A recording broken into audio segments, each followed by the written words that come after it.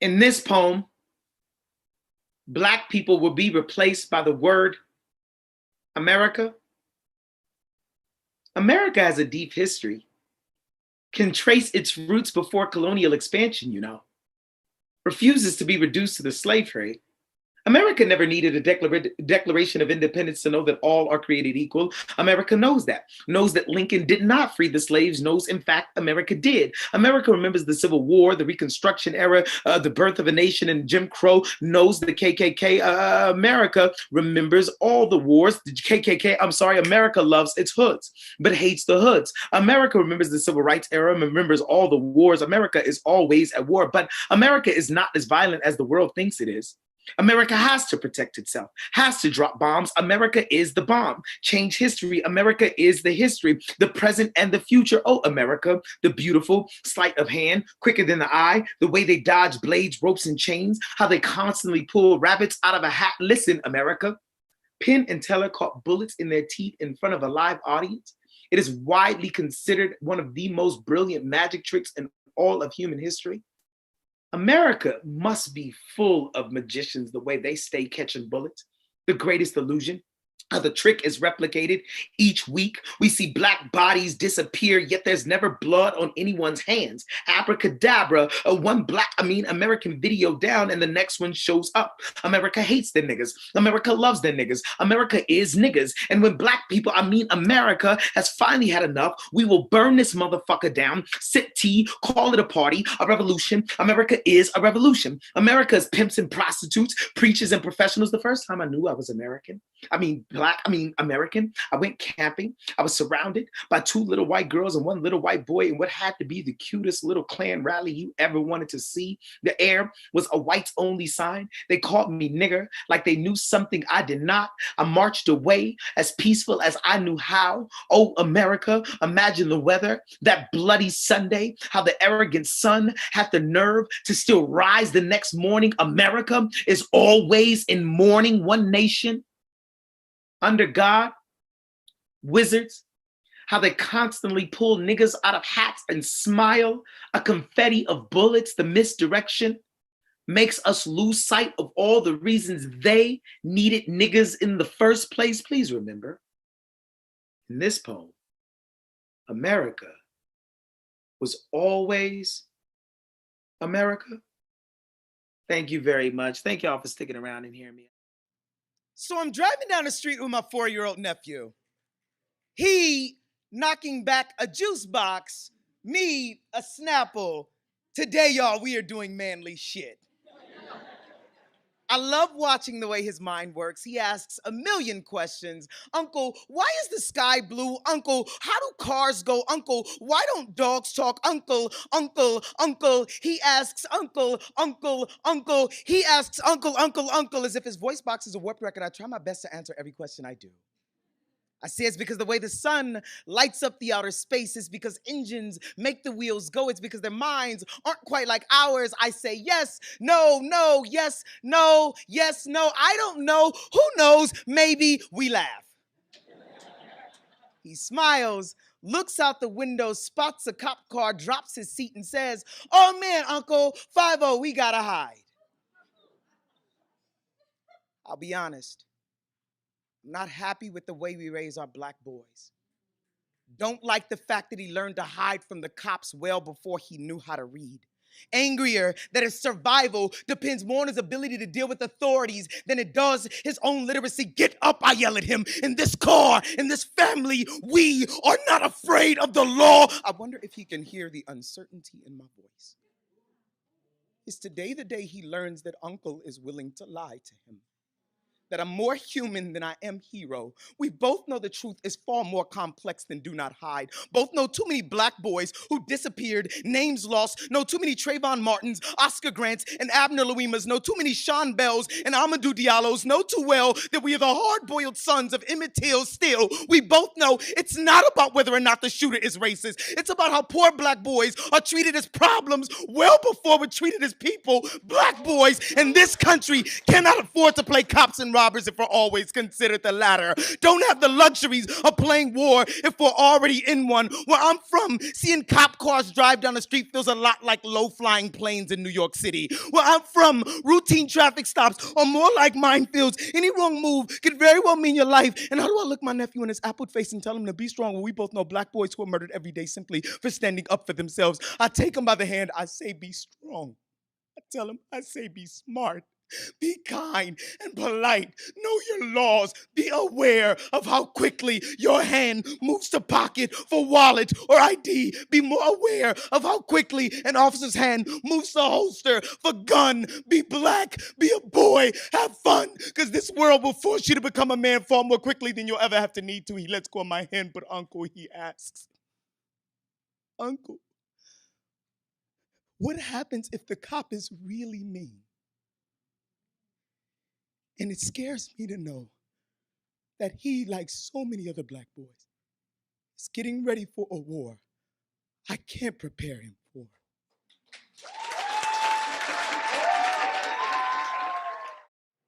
I am a full-time university professor, and my job is exactly as sexy as it sounds. On most days, I simply read an ungodly amount. And when I'm not doing that, I'm teaching. And when I'm not doing that, I'm either prepping for classes or grading students' work. And when I'm not doing that, I'm sitting in on committee meetings, doing service work for my department, my college, my discipline, the community in which I live, all while trying to maintain a full-time performance poetry career and conduct my own research. In other words, I put in work, y'all. I love my job, though.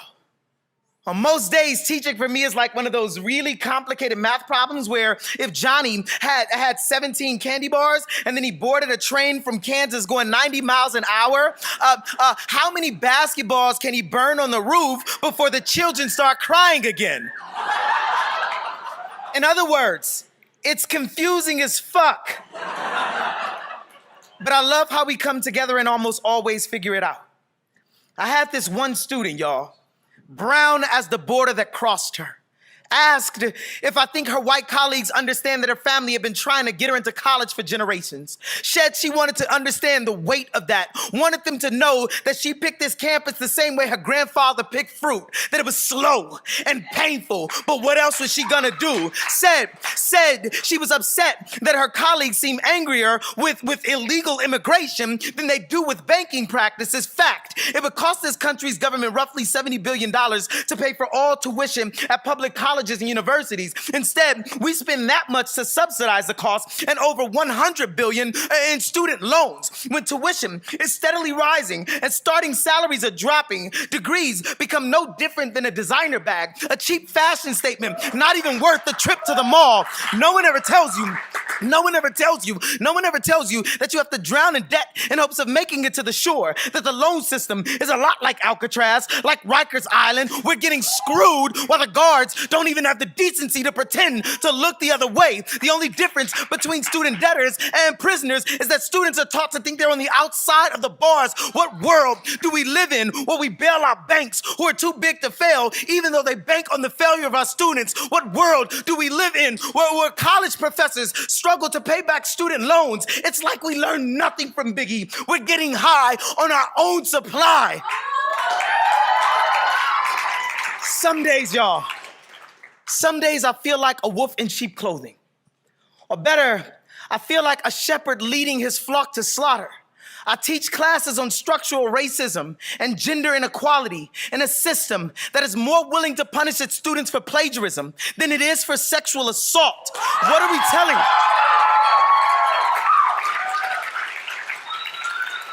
What are we telling our students when we teach them that the thoughts of dead white men are far more valuable than their own bodies? The university has become a Black Friday sale. It does not care whose body gets trampled in the stampede of it all, but us being here is a revolutionary act. We force them to peel back the curtains to a well-manicured show. We watch them squirm whenever we open our mouths because they know we're not comfortable with just getting into the system. We want to claw this motherfucker down, and that should make them uncomfortable. It ain't called growing pains for nothing. So, if Johnny left Kansas on a train going 90 miles an hour, with $170,000 in debt.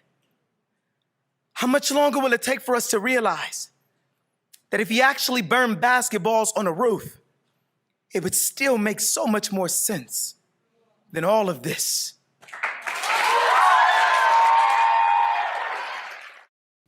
A letter to my unborn daughter.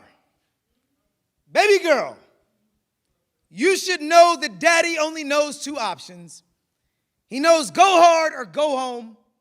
He knows 200 miles per hour or burnt rubber stop. He knows nothing in between. You will soon learn that your daddy also loves this way.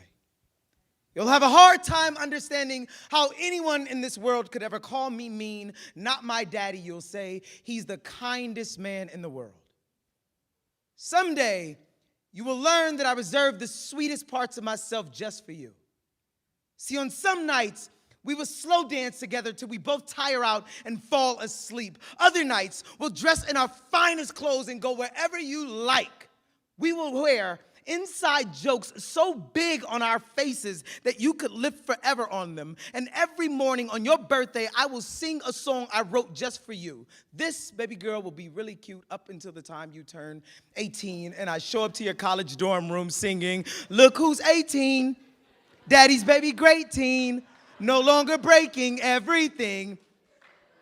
Your friends will say, your dad is a bit psycho. And you'll say, yeah, he is, but it's the best way to be loved. Baby girl, you will soon learn that there are drawbacks to this kind of love. When you go on your first date, daddy will be there.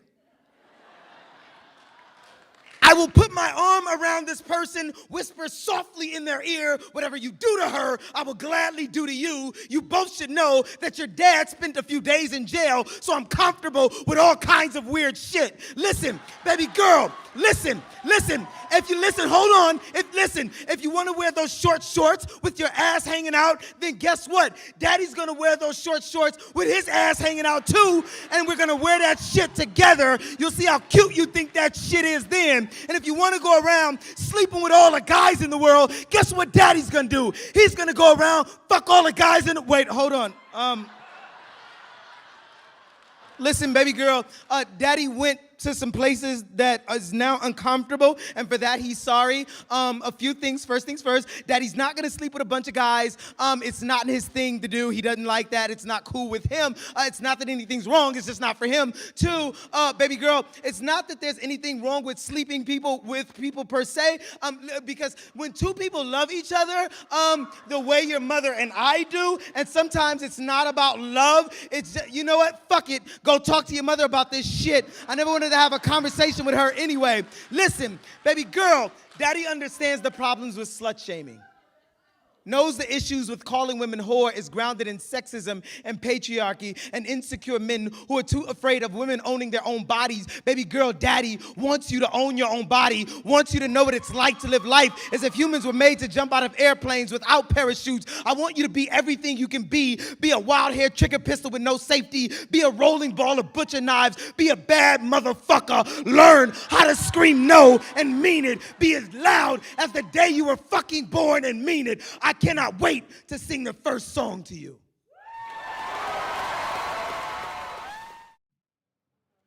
We're learning a lot about this thing called post-traumatic stress disorder. This wartime disease. This combat fatigue diagnosis. And we read something worth sharing. Fact. Urban youth are twice as likely to get post-traumatic stress disorder than soldiers who are coming home from war. So tell me, what is the difference between homicide in the streets and bloodshed on the battlefields of Iraq? A battalion of young soldiers who meant to sign up for the football team and not the military. They're wearing black RIP hoodies like the triangular folding of this country's flag. A gift to the mother of the fallen. The only difference there is between a tank and a police car is the speed at which innocent civilians can run when profiled. So those new Jordans kids are wearing double as a fashion statement and combat boots. Purple hearts that my students wear every time they are wounded at war on their own streets. The way police sirens sound too much like oncoming missiles. Like the police lights don't mean to look like flash grenades. Like the night doesn't mean to camouflage their skin as enemy soldier. Like you have no idea what it feels like when your own home is the last trench placed well behind enemy lines. Like how do you sleep when gunshots are your bedtime When the stories? diary of Anne Frank feels a little too close to home, the troops always come a-knocking. AK-47 is just another way to identify the apartment number of the boy who just wants to make it to the bus stop tomorrow morning. This is all making so much sense right now. Why I continue to confuse my mother's hugs for a straitjacket every time she touches How my me. students are starting to resemble the aftermath of a promise, broken at the knees, lined up for duty, sitting in desks, waiting for what will come first, death or the school bell. It all comes down to simple arithmetic if you ask me. Watch when you watch one 13-year-old witness as 3 of his homies get their brains blown away on the corner of where the avenues meet the flats in the span of 1 month. How much will it cost before we stop wondering why he doesn't give a shit about school? When is this teacher gonna stop sending him to the principal and start sending him to the counselor? Why do we fire the counselor? What happened to the art classes, to PE and health center? Because trauma is an STD, a socially transmitted disease, meaning my trauma is your trauma, her trauma is mine, and that's what it means to be in a community. The only difference there is between a soldier with PTSD and one of my students with it is that a soldier gets to leave the battlefield while my kids go home to it. So if they never really exit the trauma And cycle through the cacophony like the broken record of a drive-by that never really ends, then they don't really have post-traumatic none anything. of them are living long enough to tell their own stories. And for those who do, they'll grow up hallucinating themselves into thinking that every touch that comes into contact with their skin is actually a lieutenant colonel dressed in camouflage, with a boot to their neck, and a semi-automatic pointing to the backs of their heads, resisting the urge to pull.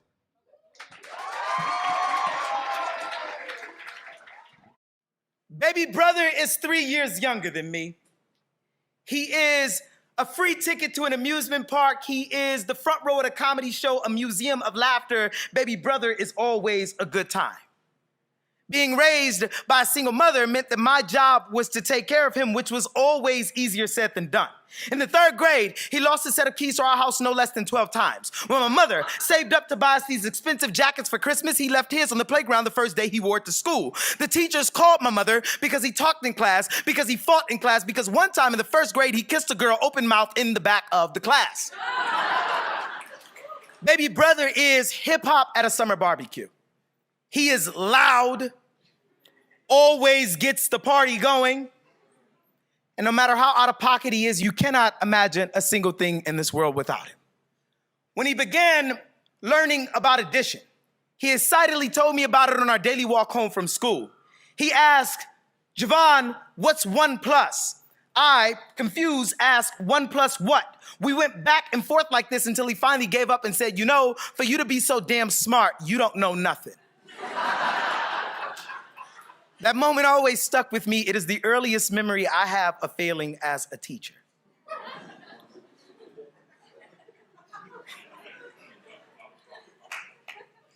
Baby brother these days is teaching me a lot. He's teaching me so much. I think about 1 plus, and I think that maybe baby brother stumbled onto something accidentally. I think 1 plus is baby brother and his wife. 1 plus is baby brother, his wife, their newborn daughter. 1 plus is family. It is endless possibility. 1 plus is love, because love does not always make sense, but it always adds up. And these days, baby brother is adding up. Baby brother recently got married, and I was not his best man. And honestly, I wasn't mad at him, but it did hurt a bit. Baby brother and I were never really that close growing up together. I used to beat him up often. At some point, I began hitting him so much that he started to hide till my mom came home. But this was never my first act of violence. We teach boys that in order to become men, they have to kill off their emotional selves. And I became a damn good drone. I blew up everything in my path. My fists were hammers. I treated everything like nails. My masculinity is a well-hung portrait in the hallway of a crumbling house. And every time the wind blows, it's the only thing I think to grab nowadays. I'm afraid it's all I'll have to hand down to my children. My masculinity is a facade. It is a poorly built suburban neighborhood trying to fool us into thinking the entire system isn't coming crashing to the ground. It is an armadillo, a small mammal with a hard shell who knows how easily it can become roadkill. When I was younger, I broke my collarbone playing street football with baby brother. They left me out in the middle of the street like a lost Jesus or something. They didn't believe the boy was in as much pain as he could not say he was in. And isn't that just the perfect metaphor?